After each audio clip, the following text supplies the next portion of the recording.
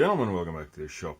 Have you ever had the need for a little vise that you don't worry if you've got weld spatter and stuff on it? It happens so often that I've got small pieces of metal that I want to weld together or grind or whatever, and I don't want to really use a drill press vise or something like that. So tonight we're still going to manufacture one quickly. What I've done is I've got 30mm by, what's this? I think it's 30 by 10. Yeah. 30 by 10 flat bar, 4 pieces 200 long, 5 pieces 90 long, and then some odds and ends that I just cut at 45 angles. I'm going to start welding them up and I'll keep you updated as we go along. These I've already marked out, punched and welded together because I want to gang drill them all together. But I'll meet you at the drill press after we've started welding the rest together. Okay, so I'm using my 2 little magnetic squares just to line everything up, and then a little piece of metal at the back just to make sure that we've got it as straight as we possibly can, tacking inside and outside on both sides.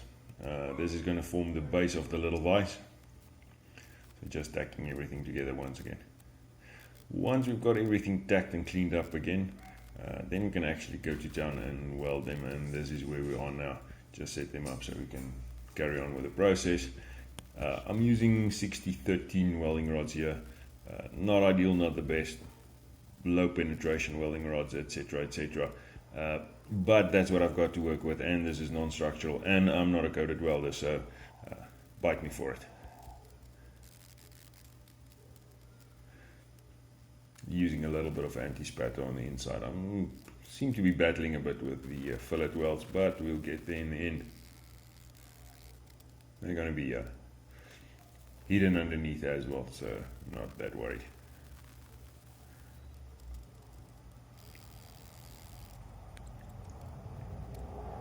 Right, and now we can start drilling. I'm pilot drilling with a 3mm hole. After that we'll be going at it with a 4.5 in order to be able to tap to an M5.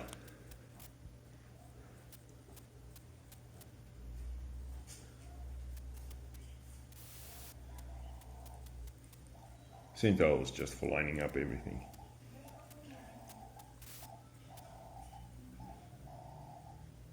This is taking forever. Little 3mm hole, bad idea.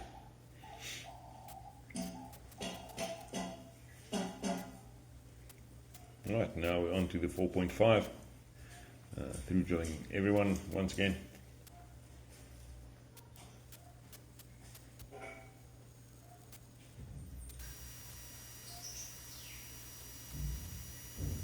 And once that's done, we can grind them off and start tapping, actually tapping 3 of them. First 2 is going to be for the jaw itself, and the third one's going to be for the keeper at the back of the sliding jaw.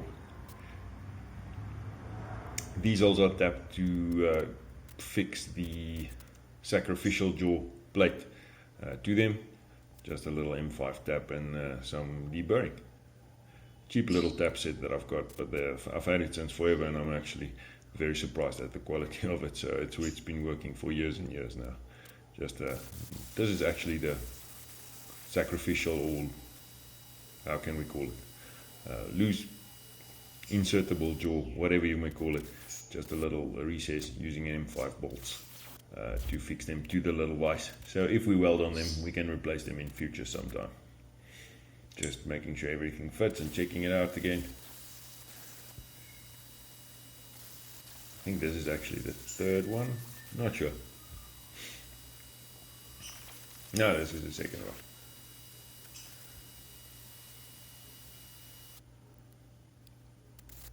Just a wee bit of deburring, and that one's done as well. Now on to the third one. Through drilling the outside holes, we'll be just now we'll be drilling a second set of 4.5mm holes for thread, and thread them as well to set them from the back, tacking them together to gang drill them and make them line up more easily. That's when I said, okay, right, I'm just going to go to town with it on the 4.5.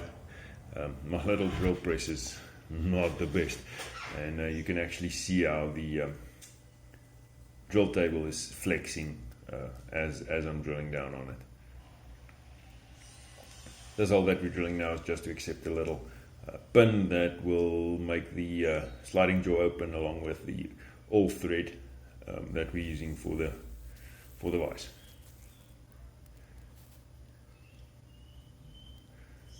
And just a little M5 tap in there as well. Later on I'll replace this little M5 with a cap screw. You'll see at the end it's going to stick out a bit.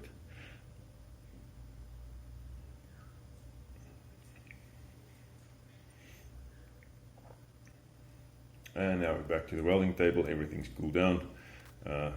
Just tacking the base together, trying to get it as square as we possibly can. A little bit of grinding still needed. There we go, and tack that together as well. Right, now that we've got that done, we can go to town on it. These welds will not break off, I'm totally sure of it. After the welds, we will be grinding them down as well.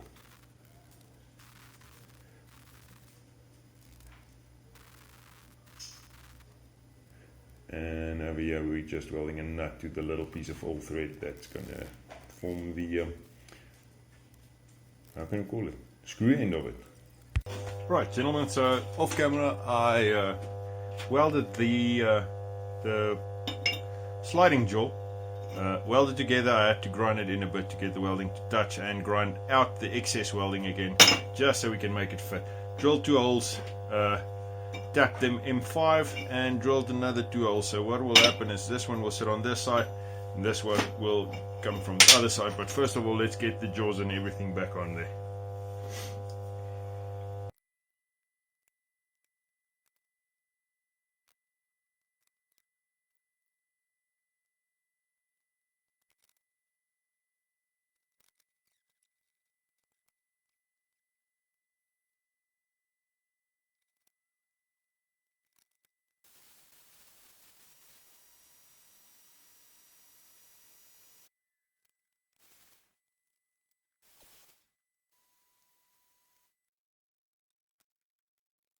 Gentlemen, and there we have it. Our little benchtop vise is complete. I left just a nut on the end. I don't think you'll ever hand tighten, more than hand tighten with this thing, and then you can put the wrench on. If you've got a lever on it, just smacks into the table the whole time, because it hasn't got a free edge on the side.